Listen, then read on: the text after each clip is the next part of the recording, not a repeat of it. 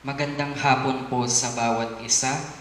Sa hapong ito'y tatalakayin po natin ang aklat ng Job chapter 2. Sa kabanatang ito, malalaman natin kung sino ang nag-uudyok o may pakana sa lahat ng sufferings, lahat ng mga pagsubok sa mundong ito. At kung paanong si Job ay nag-response o tumugon sa ganitong pagsubok, maging sa pagdidiin ng kanyang asawa. Upang maunawaan po natin ang kabanatang ito, ay babasahin ko po sa inyo sa Tagalog. Umpisahan po natin sa verse 1. Muling humarap kay Yahweh ang mga anak ng Diyos, at naroon din si Satanas. Tinanong ni Yahweh si Satanas, ang tagapagparatang, "Saan ka nanggaling?" Sumagot si Satanas, "Nagpapabalik-balik at naglilibot ako sa buong daigdig." "Napansin mo ba ang lingkod kong si Job?" tanong ni Yahweh. "Wala siyang katulad sa daigdig.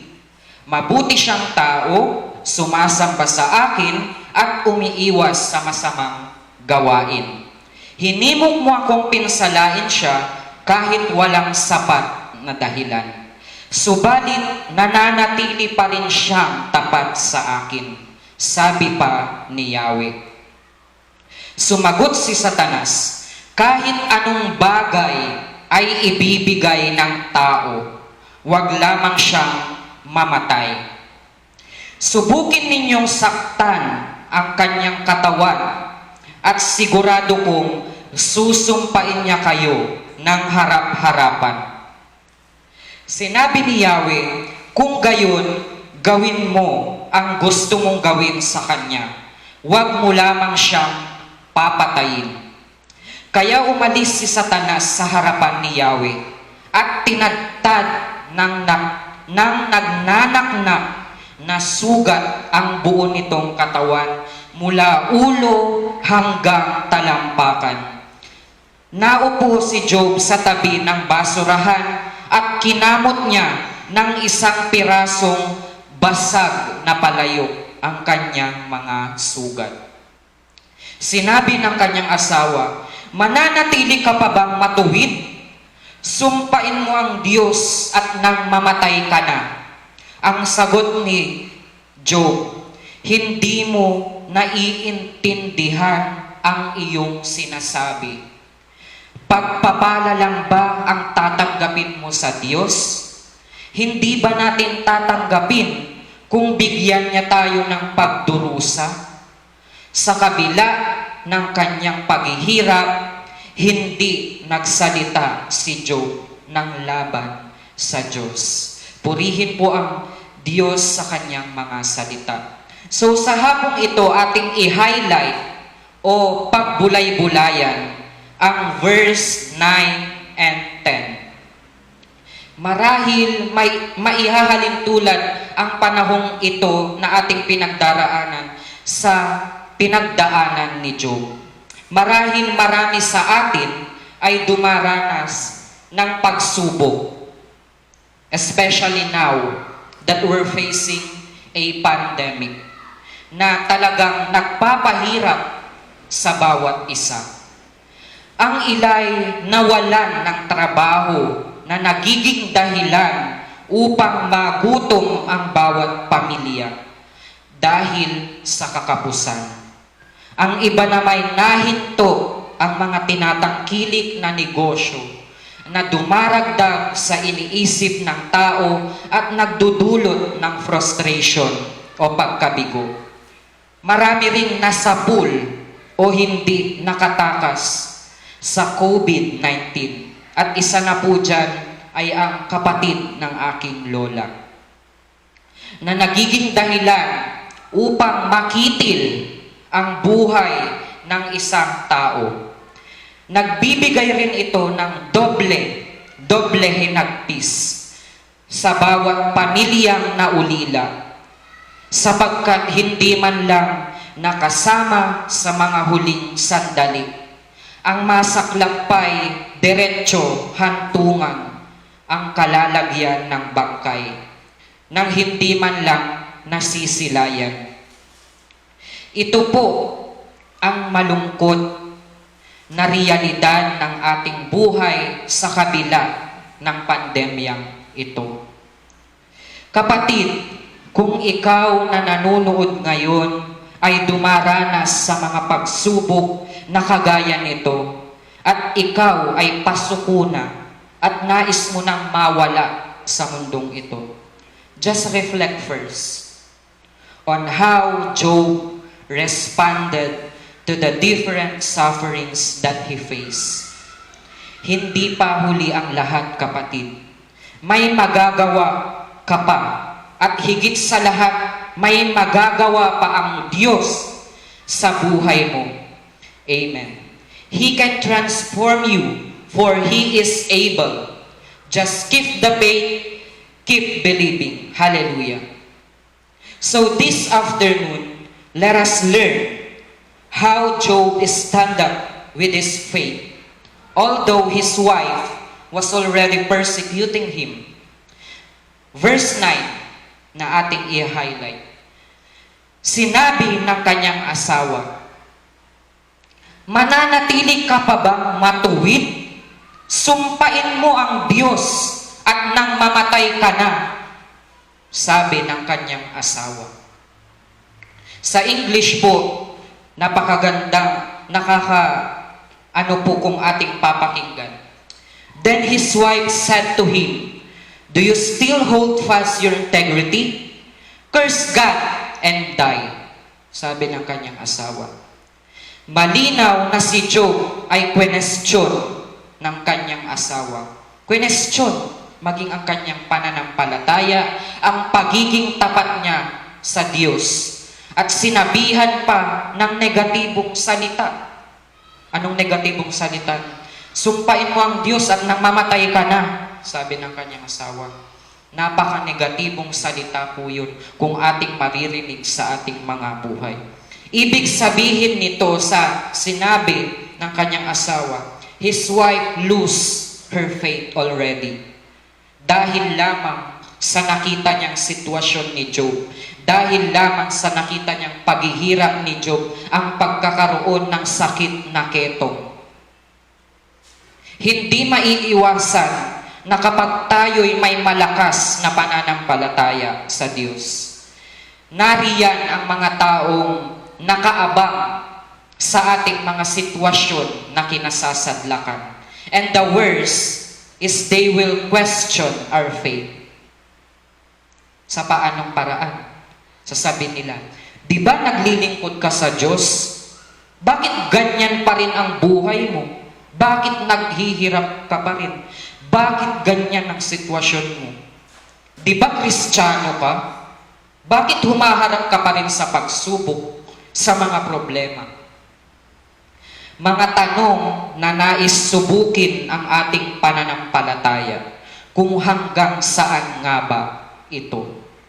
Dapat nating malaman na hindi nakukuha sa pagiging Kristiyano or hindi makasalanan man o matuwid ay hindi exempted sa bawat sufferings. Sa kaalaman po ng bawat isa, si Job po ay blameless and upright. Walang kasalanan, matuwid siya sa paningin ng ating Diyos. Pero bakit humarap pa rin siya sa mga pagsubok na ito? Dahil sa chapter na ito, malalaman din natin na mismong si Satanas ang may pakana sa lahat ng paghihirap ng tao. Lahat ng ating pinagdaraanan, si Satanas ang nag-uudyok sa lahat ng ito. Kaya sabi po sa 1 Peter chapter 5 verse 8, pagpapaalala, sabi po dito, be sober-minded, be watchful. Your adversary, the devil, prowls around like a roaring lion, seeking someone to devour. At sabi po sa John chapter 10 verse 10, the thief comes only to steal and kill and destroy. Pero napakabuti po ng ating Panginoon dahil sa karugtong po nun, sabi ng ating Panginoong Hesukristo, I came that they may have life and have it abundantly. Even ang ating Panginoong Hesukristo ay sinubok din ng dyablo. But the good thing is, He responded using the Word of God. Malalaman natin kapag nabasa po natin doon sa Matthew kung paanong tinukso, kung paanong sinubok si Jesus ng dyablo, paano sumagot ang ating Panginoong Hesukristo. It is written, it is written, it is written. Puro salita ng Diyos ang kanyang isinasagot sa dyablo.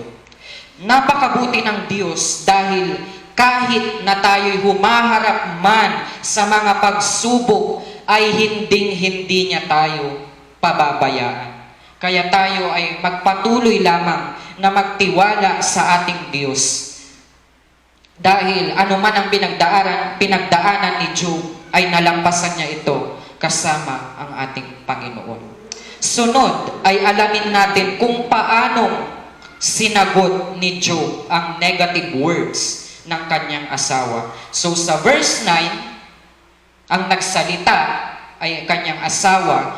Dito naman po sa verse 10, mababasa natin kung paano sumagot si Job. Sasagot ba siya na, oo, susumpain ko na lang, o sumagot siya according to his faith? Malalaman po natin. Verse 10, ang sagot ni Job, hindi mo naiintindihan ang iyong sinasabi. Pagpapala lang ba ang tatanggapin mo sa Diyos? Hindi ba natin tatanggapin kung bigyan niya tayo ng pagdurusa? Sa kabila ng kanyang paghihirap, hindi nagsalita si Job ng laban sa Diyos. Sa English, napakaganda na naman po. But he said to her, you speak as the one of the foolish women would speak. Shall we receive good from God? And shall we not receive evil?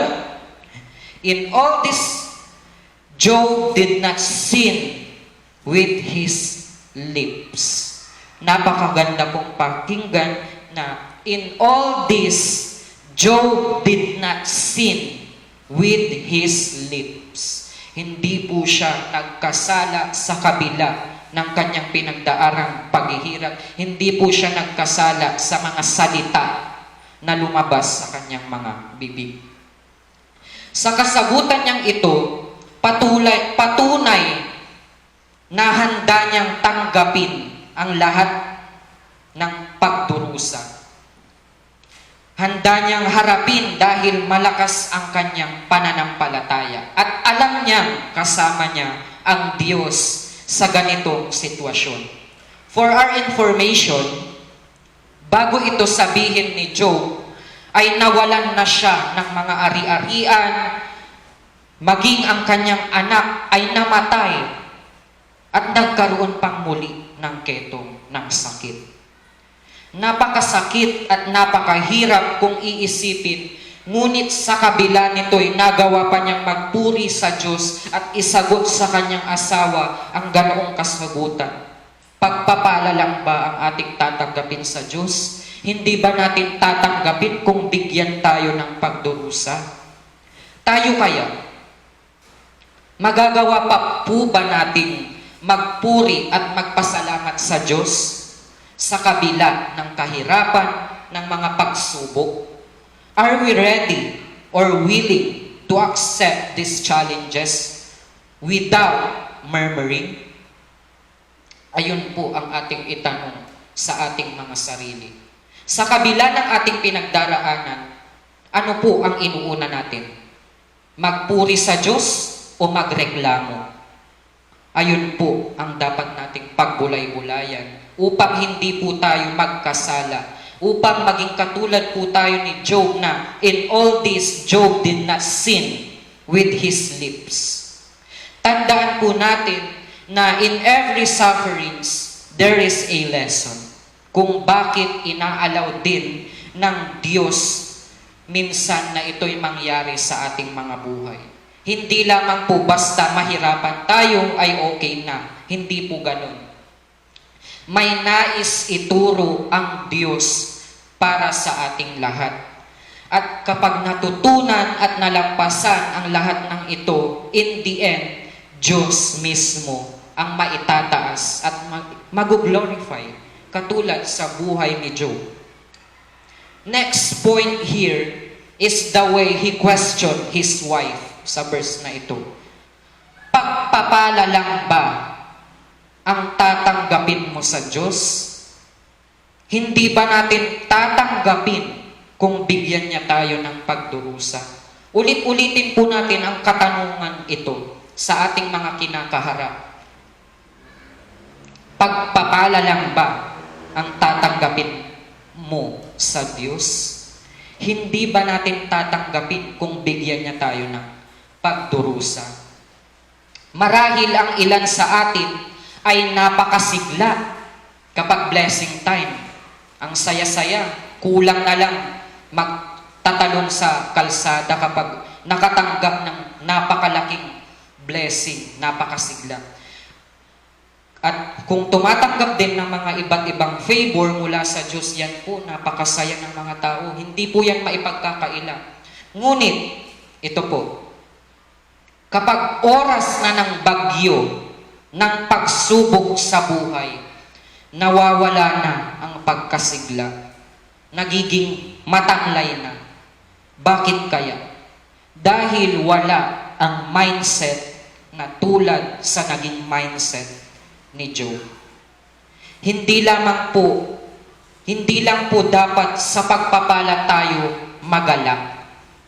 Bagkus ay magalak rin po tayo sa bawat pagsubok.